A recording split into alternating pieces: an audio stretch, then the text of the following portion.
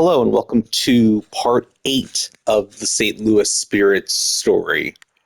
I'm currently on the stats page for the St. Louis Spirits. Oh, I'm John Fleming, by the way. Uh, as is usually the case, I'm jumping back in 81 games into the season. You'll see here that I have 5 guys who started 80 games, and then I have 5 guys who started 1 game. And that's a pretty good summation of how the season has gone for the Spirits. The team stayed incredibly healthy. And if you look at the numbers here, Chris Mullin putting up 21 points a game. The team's averaging a double-double. Just good overall stuff here from this team. And you can see here, this team is 69-12. So this is a game to get to 70 wins. Because we're playing a team that is outside of the playoffs and because we have locked into everything we could possibly want, we're not putting in our A lineup, but we put in the B lineup last game and won by 13 against the Bucks, who are a playoff team. They just are locked into the 6th seed, I believe it is, in the East. But while I'm not going to go all out to try to win this game, I would like to win. So let's see how the reserves can do, and if we have to jump in near the end to try to get into 70 wins, we can. But so far, things are not looking awesome for the Spirits. Ending at 69 wins, there are worse things. Good effort by Rick Smits, Steve Kerr's third leading scorer. Probably not a great sign. But let's see what the postseason awards look like. Len Bias continues to just be a dominant individual player in this league. That is his, what season? So this is his 4th season. And this is his, let's look at his awards. So it's first MVP, but 3 All-Stars, 3 first-team All-NBAs, and a second-team All-NBA. And apparently he's going to win Defensive Player of the Year, though we haven't gotten to that yet. So yeah, this draft class really is high on Len Bias. Purvis Ellison is Rookie of the Year. Not gaudy statistics, not even 10 points a game, but 7.3 boards, definitely doing well there. He was the number 2 overall pick. Playing on the Bullets, and I guess this is post Jeff Rulin probably. Armin Gilliam, who was number 3 overall pick, gets 6th Player of the Year for the Knicks. Len Bias gets DPOY, like I mentioned. Fernando Martin is on an expansion team. So, yeah, pretty big jump. And, I mean, honestly, the boards are pretty crazy. The guy ended up averaging a double-double, genuinely good season, and 2.7 blocks a game. That's strong. We'll see if he ends up in the all-defense teams. But Sean Moore's Coach of the Year. John Fleming is Executive of the Year. Let's look at these teams. So first team All-NBA of Michael Jordan and Terry Porter, which is an interesting jump up there. Len Bias and Charles Barkley, then Patrick Ewing at center. Second team is where we get Hakeem, so he hasn't fallen totally off. Karl Malone and Walter Berry are the forwards. And then the guards are Ron Harper and John Stockton. Part of me hoped that we might get a run at Chris Mullin being on the third team, but it's not to be here. Isaiah Thomas and Jared Jenkins are the guards. Xavier McDaniel and Hot Rod Williams are the forwards, though I believe he was previously on the Bulls. Yes, he was previously on the Bulls, but yeah, good overall performance there by Hot Rod. And then Arvydas Sabonis is the center. For the all-defensive teams, Harper and Jordan as the guards, Len Bias and Karl Malone as the forwards, Patrick Ewing as the center, Clyde Drexler and Sidney Moncrief, Xavier McDaniel, Hot Rod Williams, Fernando Martin, like I mentioned, all defensive second team. Hard to argue against the numbers there. All rookie team, we have Purvis Ellison and Glenn Rice, Sean Elliott, Dana Barros, and Reggie Cross. Reggie Cross is an interesting one here because, a bunch of guys who ended up having pretty long NBA careers at the top. But as the number 27 overall pick, good for him. We do have an inclusion on the second team. So you have Doug West and then Tim Hardaway, who's a first overall pick that we acquired, but, very much a bench player. Had good numbers off the bench, but wasn't really going to do enough to overcome lack of minutes. Pooh Richardson, Michael Ansley, and Jeff Martin. So that is the full-on look here, playing the Clippers in the first round. If we go to the mock draft section and kind of look at how that's going, so not really actually a whole lot going on as far as our picks. We have a first round pick of the Clippers, which we can, by winning this series, kind of lock into being like 17th. Then we have the Hawks first round pick. Cleveland has our first round pick. I believe that was part of the Tim Hardaway trade, if I remember correctly. Yeah, regardless, I'm not worried too much. We'll see what happens when it comes to this, draft when it comes down to it. But, we're going to start playing. I forgot to reset the lineups, so I will do that. So, yeah, Kevin Johnson, Mitch Richmond, Chris Mullin, Brad Daugherty, Akeem Olajuwon. And I think that it has been established now with this team that Mullin and Olajuwon are the building blocks. I don't know that I'm necessarily going to be building around these other guys long term. They're good players, but there's other guys on the bench who can do the role. Like Greg Anderson, I would feel this team's pretty much just as good with him power forward as Daugherty. That is how these teams look. And so we are going to jump in and see what happens.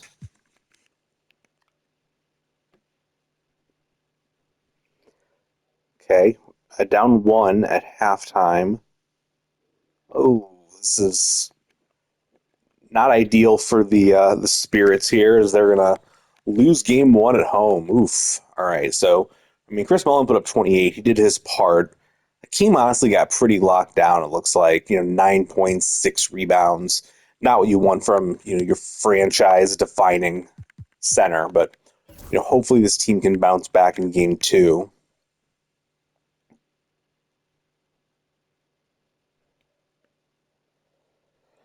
Okay, so they have a lead, not a huge lead, but a lead. Okay, there we go. Kind of pull ahead at the end. Yeah, Hakeem definitely improved.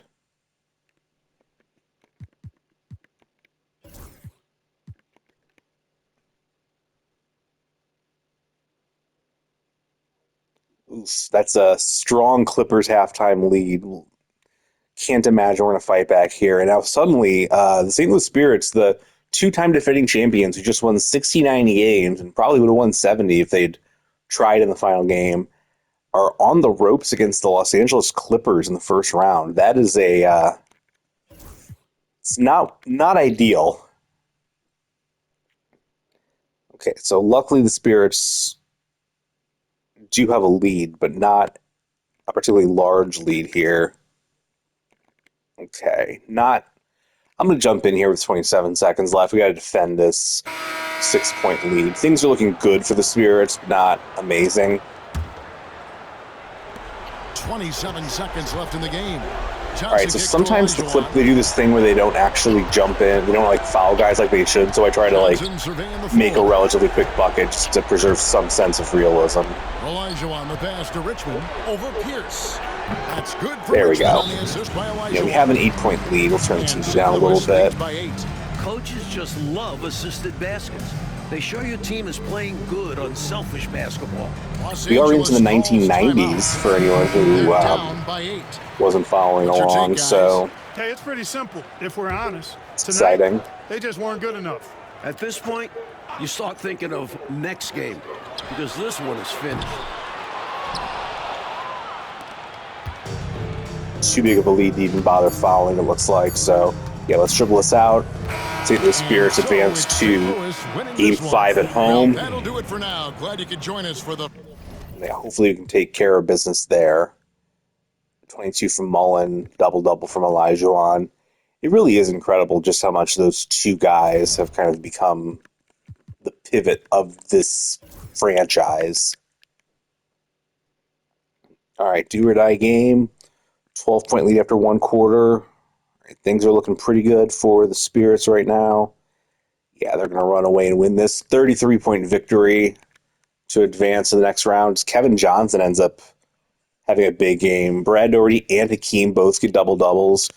Chris Mullin, kind of a surprisingly quiet game, but, win's a win. So now we're on to face the Los Angeles Lakers.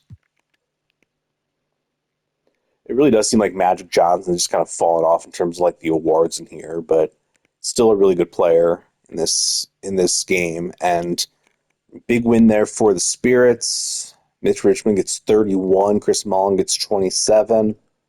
Yeah, it's Magic Johnson and John Williams getting the bulk of. I mean, it looks like kind of most of the Lakers, other than Magic, have kind of. I'm just going to double check. Yeah, I was going to make sure it wasn't like Marcus Johnson, but yeah, basically, I mean, Byron Scott's still there, but you don't have guys like, Hakeem obviously was retired at this point, but like James Worthy's not around anymore, and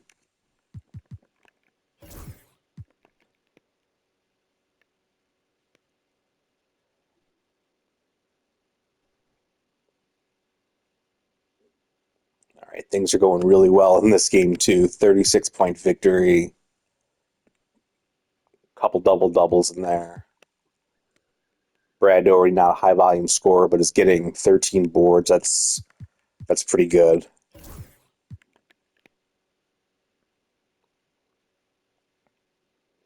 All right, this game's looking a little closer, but kind of pulling ahead in the third quarter. Ooh, the Lakers had a huge comeback. Let's jump in here, see if we can take game 3. This is arguably something of a must-win for the Lakers.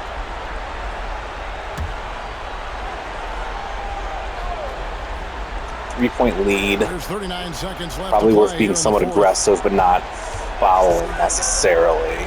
Johnson attacking. Magic just breaking through there. Irvin Johnson, an incredible performer in the clutch. Richmond dishes to Anderson. Outside, Olajuwon. St. Louis moving the ball around. Johnson can't get it to go. And he not looking great here. So the first one drops, and that increases their lead to 6. So he goes 2 for 2 at the line, and it's a 7-point game.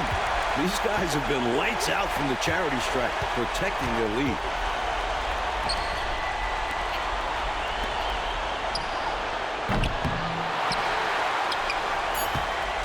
Not even about a fouling here.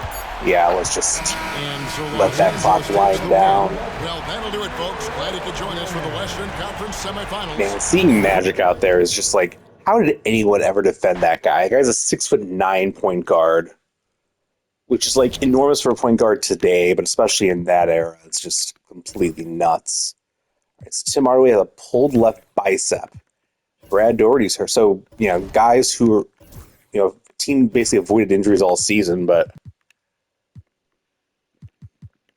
it's now that Hardaway is down. I'm wondering if, unfortunately, the only other guy who can really play point guard besides the starting point guard is Pippen.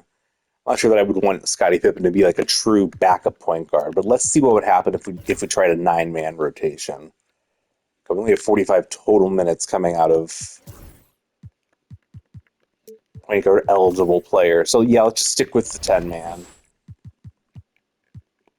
Luckily we're not necessarily needing a ton out of Doherty. Nice third quarter comeback here for the Spirits, and they get the victory. And now we're going to head back to our home court, 1 win away, which is a promising start. Yes, I know Doherty and Hardaway are injured. Okay, this one's over.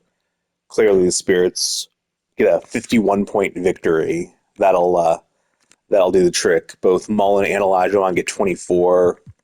Tim Hardaway, even though he's hurt, gets 12 points in 9 minutes. Just absolutely cooking there. So the Spirits will move on. Let's simulate the rest of the round. All right, so Pippen's doing okay. Looks like he'll be against the Dallas Mavericks.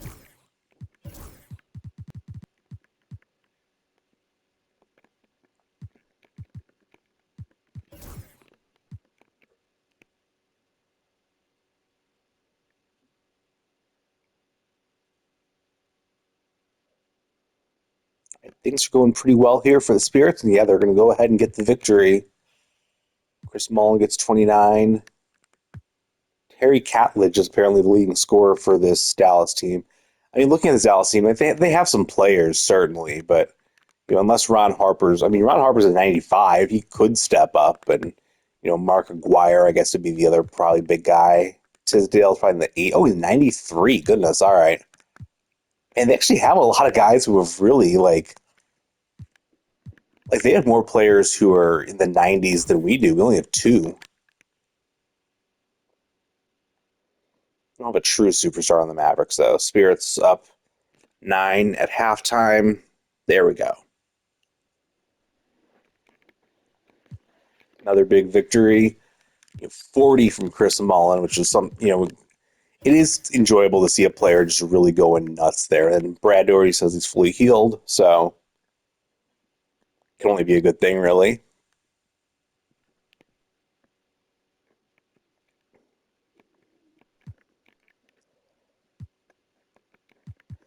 This could end up being a sweep here in the conference finals after being pushed to the brink in round 1 against Clippers, but the Mavericks are really doing well in this game. Spirits mounting a little bit of a comeback. Interesting. They pulled somewhat close, but the Hawks ended up sweeping on the other side of the bracket, so we are trying to get to a point where we can play the Hawks of Atlanta, formerly of St. Louis.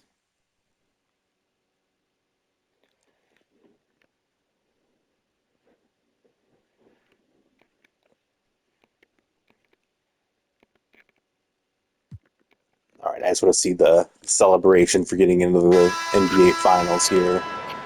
Presumably they're not going to do any fouling here. That crowd looks hyped, though.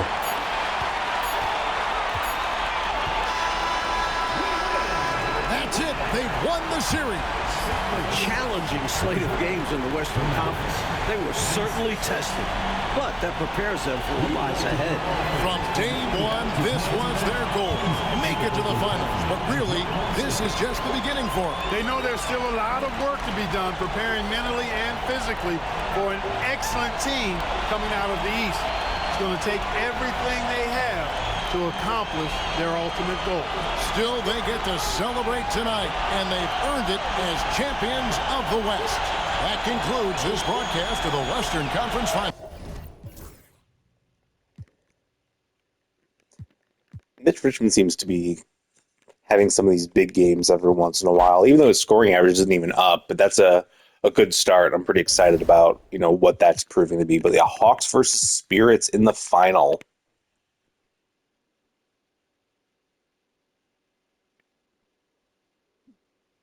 Hawks are really doing some work here in game 1. They're going to take it. Yeah, good work by Atlanta, but Patrick Ewing especially really stepping up there. Danny Manning, who had to have been a pretty high pick, number 4. Oh yeah, he was our player. I forgot he was on the Spirits for a year before we traded him away. But yeah, he's doing well in his second season. Good for him. Found a role. Larry Nance, also a former St. Louis Spirit. I thought Larry Drew might have been too, but I seem to have been mistaken. Derek McKee's only been a... So I guess that would be it as far as the former members of this team, but that's fine. It seems wrong that the Hawks don't have Dominique Wilkins, but I guess that's the choice they've made. So a little closer for game 2 and 25-point lead inside quarter. Okay, Spirits are going to win this game, it looks like, pretty handily. Even with the Hawks narrowing the gap pretty easily in the fourth quarter, still a 25-point game. Chris Mullin, a couple double-doubles from the big men.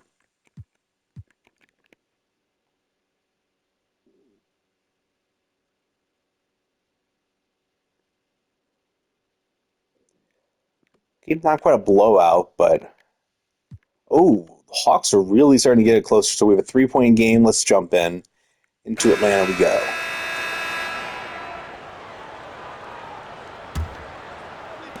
.29 seconds left in the fourth quarter. A little bummed that Mullin's not on the court. He seems like the guy to go to here because... Let's see if he's... he's just on the bench. But no timeouts left, so... We're stuck with the lineup we have, which is a pretty big lineup. Pass to Richmond. He takes it in. It's good. There we go. I hesitate to never say never, but I don't think... Okay, so now that we have a 5-point lead, we can... It's a sizable lead. Get our subs going. Even bigger. Atlanta calls timeout.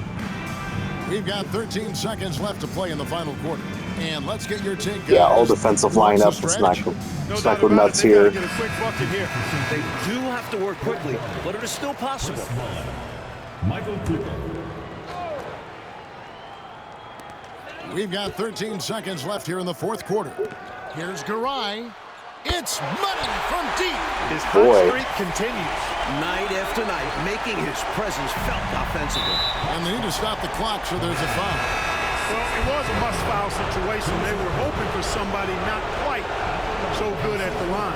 And that's a good job from the offense to get it into his hands. It's now a 3-point They knew the game. foul was coming and got it to their This would be a nice free throw to have as well.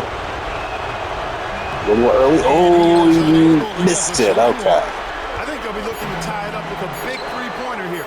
And the defense knows it. So they're focused. I tried to do the intentional follow-up three thing. It wasn't letting me, but the victory results regardless. Thanks for joining us for Game 3 of the NBA Finals. For our reporter, David Aldridge, along with Clark. Yeah, 27 points from Chris Mullin.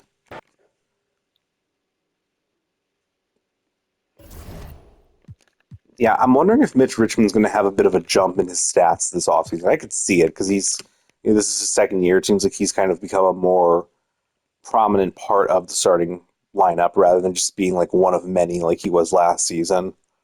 Ooh, we had a bit of a nail biter, but the Spirits are starting to pull ahead a little. Okay, double-digit lead. Spirits got this one, so 3-1 series, and we are one victory away from the three-peat. Congratulations to Del Curry on getting 4 points last game. Spirits a little less so. Only 3 minutes from Hardaway, so I would guess he's probably hurt. Oh yeah, dislocated right shoulder. That's not good. Okay, so don't think we want to get... Jay Murphy's a power forward, I believe. Yeah, I definitely don't need that. So I think we are going to have to just kind of get by with Kevin Johnson and like Scottie Pippen playing some point. Shorter rotation, though. I think that, we're still certainly in a good spot, but, a little bummed that point guard's a little thinned out now.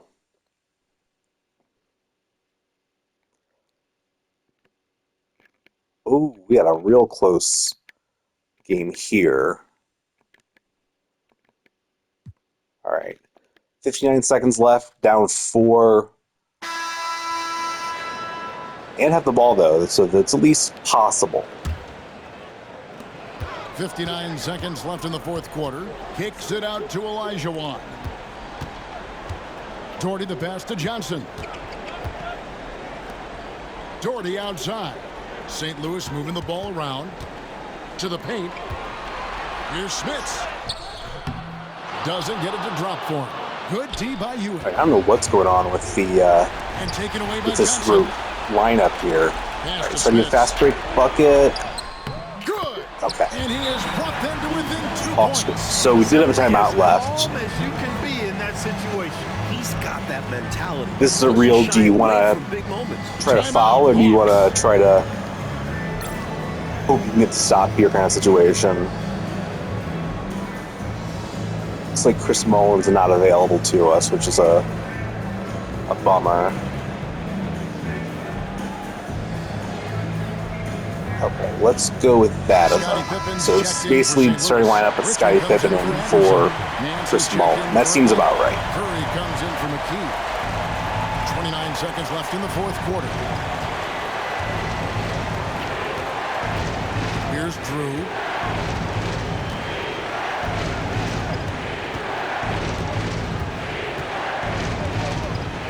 There's 14 seconds left in the fourth. 6 on the shot clock. And Patrick Ewing with the slam. And, That was they're in great pretty position solid here. Gotta work think there they've from done you. enough Gotta to win it. Especially give him this late in the begrudging game. credit Tough to there. close the gap in time. Pippen for 3. They grab their own miss. The layup off target. And so it's the Hawks who come out on top. The Hawks And take that Game concludes our 5. coverage of Game 5 of the NBA Finals. All right. Now I have a chance to beat them in Atlanta. Let's see if Mullin was hurt or if he fouled out. 6 fouls. Okay. So, yeah, I'd much rather that news. So we at least get to play him next game.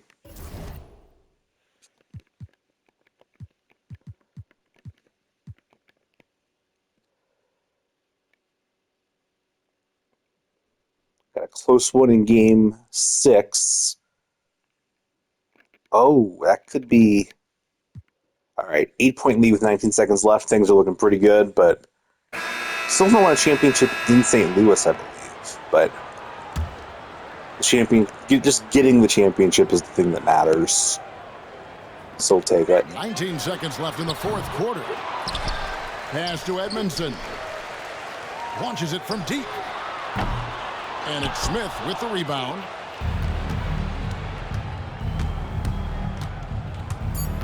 Here's Johnson. And then Johnson with the dunk. Just left me too wide open. I had to do it. But yeah, getting a championship here. That's nice. He hit an incredible 3, but NBA champions. championship still very much locked, loaded. To be crowned a champion on the road is something else. To win and to do it with a crowd that was so emotional and so into this game, you've beaten the team and you've conquered everything that this great arena holds. Yeah, it's a bittersweet moment for the home crowd. But all full credit to the visitors and the amazing job they did to never lose focus or drive. And boy, this is the moment they've been working towards all season long. And even if they don't... So they don't cut to who won finals MVP. I'm not sure. There's not like an obvious candidate here, unless they're going to give it to somebody on the losing team, but we'll see. Chris Mullin gets it. Okay, 21.3 points per game. Yeah, it's pretty good. I mean, realistically, Patrick Ewing was the best player in this series, but I get not wanting to give somebody on the losing squad. So Chris Mullin, 2nd year in a row. Okay, so no expansion this offseason, but I'm going to go ahead and save this game just to be safe once I make sure that we are recording. Yes, we are. That would have felt very stupid for the last however long. Player retirements. Robert Parrish retiring many years before he actually did in real life. Wayne Cooper, David Thompson. Okay. Some decent players retiring. Well, where's Michael Ray Richardson been for a while? He had a couple years on the Nets early on, and then just has been hanging around free agency, I guess. There's Clay Johnson, former St. Louis Spirit. Probably nothing that needs to be looked at too much there. Staff retirements. Are there any Spirits coaches who have retired? There are not. Nobody that's real, I don't think. I know Jamal Anderson's been a guy. There's multiple Jamal Andersons, but so Robert Parrish gets his jersey retired. All right, weighted lottery system or lowest odds is okay. Bunch of team rebrands going on. Oh, there's a ton of team rebrands going on. Into the 90s we go.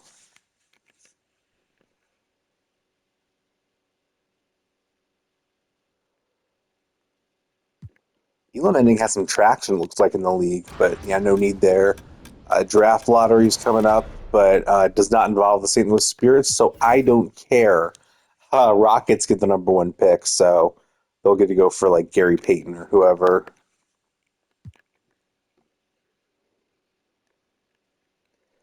No need for any staff changes. So what we do with the draft is going to be kind of interesting because I still want to scout the top guys in case we decide that we want to trade up, because we still do have plenty of assets for that. I'm curious what Hank Gathers, who of course passed away during the college season in real life here, but sort of see what happens here. Get a couple C+ players here.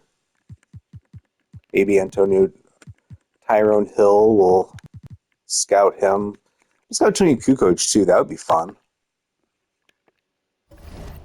So let's see who we have kind of on our roster. We might need to do some sort of finagling with the contracts that are out there. But I don't think they're going to let us with a lot of guys with 0 years remaining. Let's go to the sort of the trade finder machine. So I believe these team option guys we can't even get yet. Yeah, at this point, the number of guys we can actually trade is pretty low. I did forget that Mookie Blaylock was on the team. He was the 21st overall pick last year. When we were looking at potential point guards once Hardaway got hurt, but that's just kind of what it became. So we have a decent number of draft assets. Let's look at the scouting page and see. So we actually don't have the numbers for pretty much any of these guys. So let's just jump into the draft. Rockets say Derek Coleman, number one, who was the number one overall pick in reality. Lionel Simmons, who was believe he was the college player of the year in real life. Is Gary Payton just like falling here? This is okay. So Gary Payton's in this draft class. Yeah, I mean, he looks pretty great. He's actually projected as the 4th overall pick. I don't know that I want to trade up to 4, but I would consider trading up to like late lottery. So Hank Gathers goes 4th. Pacers take Cedric Ceballos. Okay. Cavs take Travis Mays. Could we move up to this Heat spot? That would be, I think, interesting.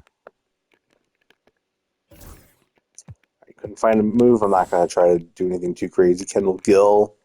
Spurs take Dennis Scott. Okay, now this Gary Payton thing's starting to get a little bit weird to me. Are the Bulls going to make a run at a point guard? Maybe. They take Tyrone Hill. Yeah, I'm literally just going to go through every team until Gary Payton gets drafted and see if it's at least a plausible fit.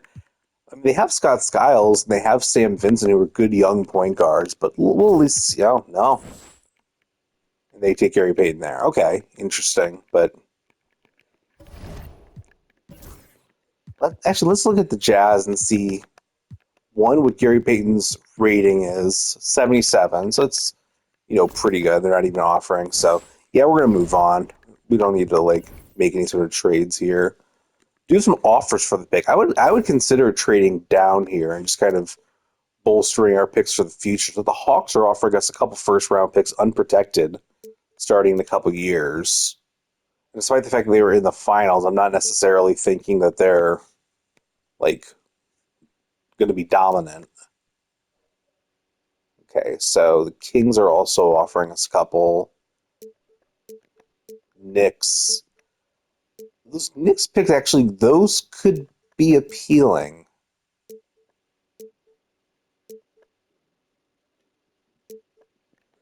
I'm going to keep that Knicks pick in the back of my head and see if there's anybody here that we necessarily want to take. Not really. Like Ramil Robinson, maybe. Yeah, the peak of these guys is starter. So let's go ahead and trade that Clippers pick down to the Knicks. So a couple unprotected picks here. Yeah, let's do that. Use it on Dwayne Caldwell, that's fine. You guys might have heard my dog snore there. Apologies if that was annoying to anybody, but it's doing fine. So probably the best talent here is Bo Kimball, but he also has injury concerns, and also he's a shooting guard. I'm not necessarily I feel like Mitch Richmond or somebody's probably a little bit better. Also, I'm a little more inclined to use the second-round picks to kind of take some shots in the dark here. Hawks are offering us an unprotected first, as are the Celtics.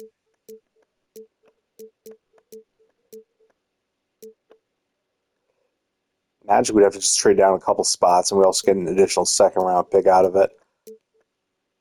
I'm liking the first round. The Hawks one there. So yeah, we have completely traded out of the first round of this draft.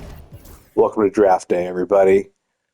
So these are a couple guys who were at least on the radar for our last pick, but yeah, much more excited about taking them as second round. So this guy, David Benoit, however it's pronounced, we're going to go ahead and take him because he only has a couple weaknesses. we'll just sort of see what happens here. So we'll send to the pick. Have a bunch of trade offers.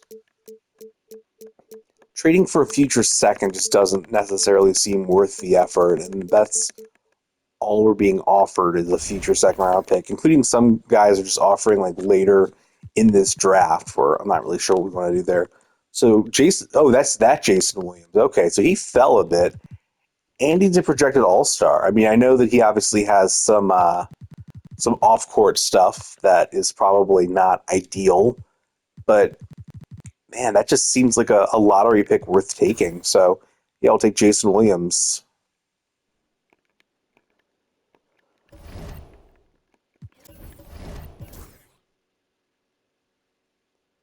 So I know Scott Williams. He was. Why do I know that name? I know Tony Massenburg. Yeah, Maryland. I thought so. I know Matt Bullard, who's a D plus. He was on the Rockets teams in the latter part of the decade.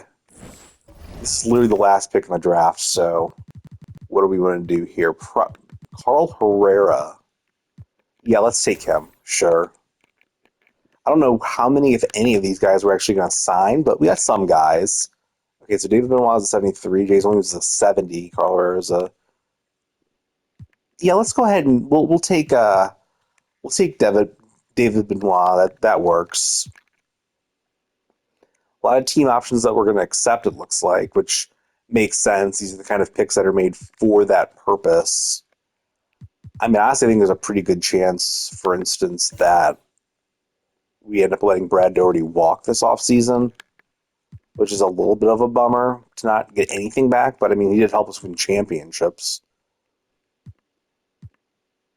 Okay, we'll offer him the qualifying offer. Do we want to offer Steve Kerr? Probably not. Honestly, he never really played.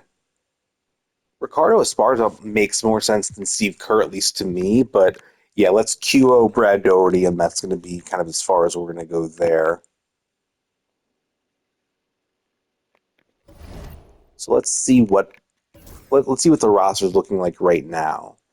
You know, if we end up losing out on Brad Daugherty,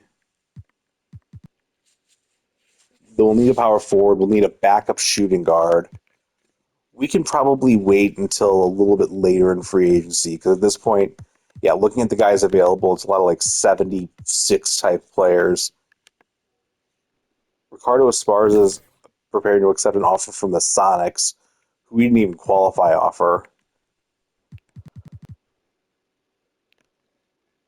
So yeah, he's gone.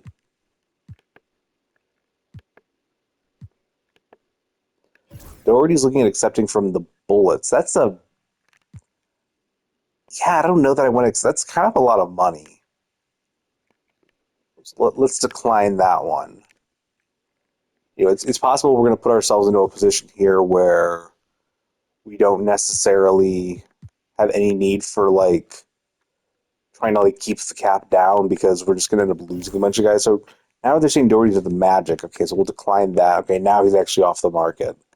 That makes a little more sense. Are there any guys who are on the roster that might make sense as trade bait, though? You know, Scottie Pippen's a guy who, you know, has had a role on this team, but I'm not sure that I necessarily foresee him ever having a bigger role because Chris Mullin has just like become such a good player. What kind of offers are there for Pippen? If we could get like a good shooting guard or a good power forward, I mean, teams are offering us first round picks for him, so it's not like he doesn't have value. Man, Spinach is a 44? What happened to Steve? Goodness. He must have just gotten, like, extremely hurt. Yeah, I've never seen a fall that precipitous. What on, like, he doesn't really have injury concerns. I mean, did he just atrophy? I don't know, but, I mean, obviously we're not going to acquire him, but still.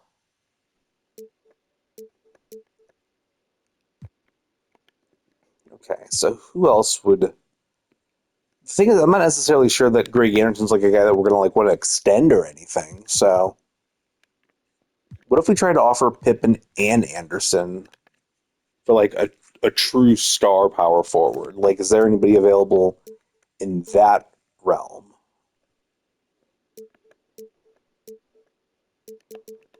Let's see what Rodney McCray. So Rodney McCray can play power forward.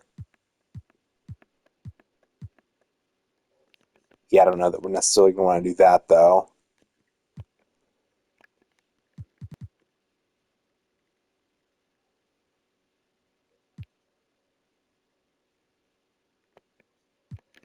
Just go back to free agency and kind of just sim through this.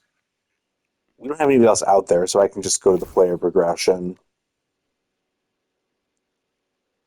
Malik Alexander.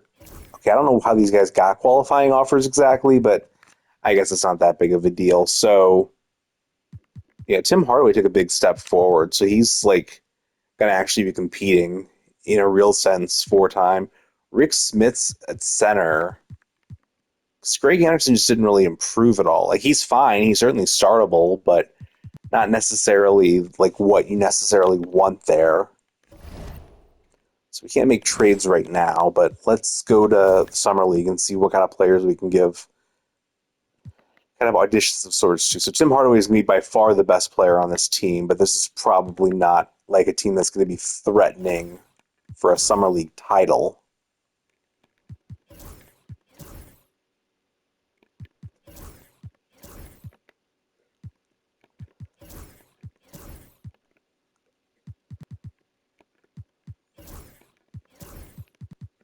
Okay. Tom Tolbert, former ESPN analyst. Welcome aboard. Ed Horton. Okay.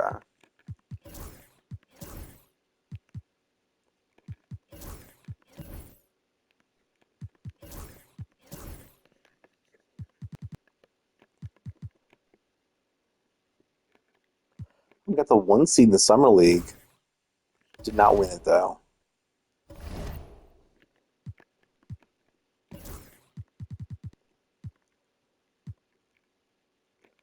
So Steve Kerr has a no trade clause. That's honestly a little bit funny, a little bit alarming, honestly. Kevin Johnson might be a player worth trading, to be honest. That would not be. Well, they're offering Kevin Willis. I mean, we'd have to throw in somebody else. What if we do Kevin Johnson and Greg Anderson? What kind of offers can we get for that? Like, can we get like a legitimate, like, starting power forward out of it?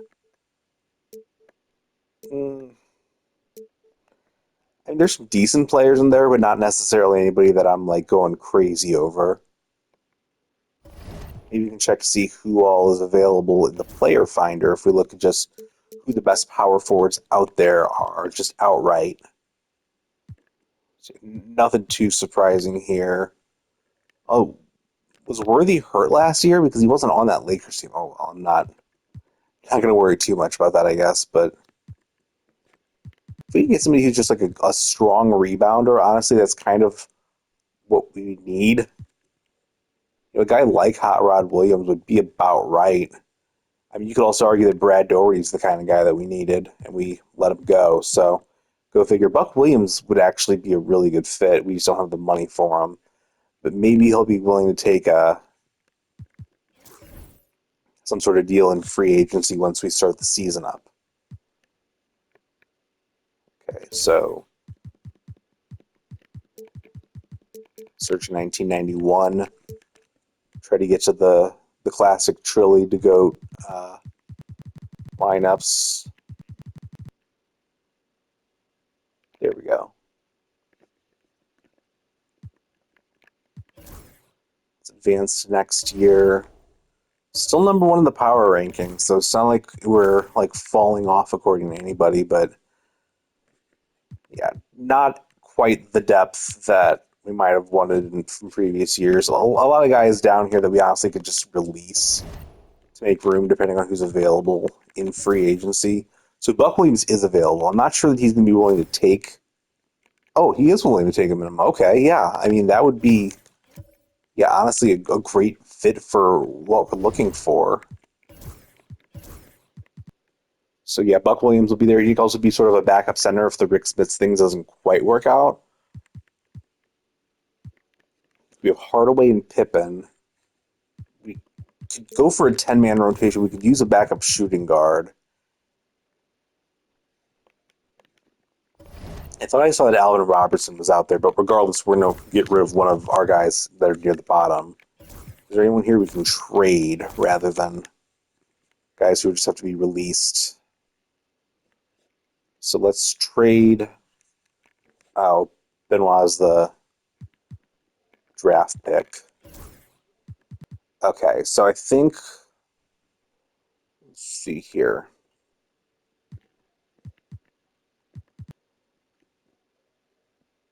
I think Malik is the guy to get rid of. How he ended up with a qualifying offer seems like a mistake, but let's go ahead and get an actual shooting guard. And yeah, if Alvin Robertson's available, that would actually be kind of like exactly what we're looking for. Unless Michael Cooper remains in his perpetually available state. He is, but he also seems to have declined like somewhat materially.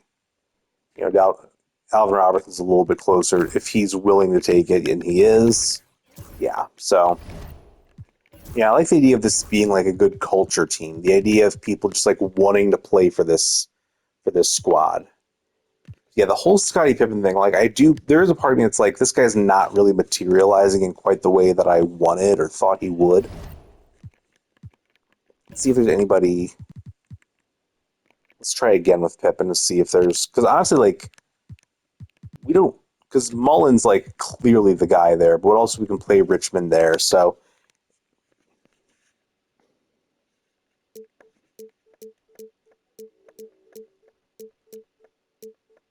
Okay, so no one's offering just straight up a pick, which would have probably been what we wanted. Otherwise, a lot of lateral moves, and again, I'm not trying to get rid of this guy because I think he's bad. I just don't think he's necessarily awesome. But this lineup though, I think is pretty good.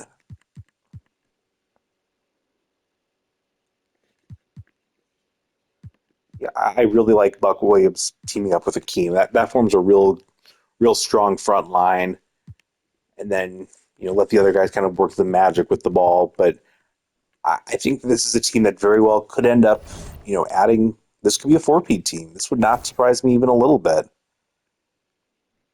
We may have to kind of retool some things after the season because we are counting on basically having like a free Buck Williams and Alvin Roberts on the team. But I like it though. I think this team's good. And we'll call it a wrap for this episode. Thank you everybody for listening. If you're enjoying this video series, please hit like and subscribe to the channel.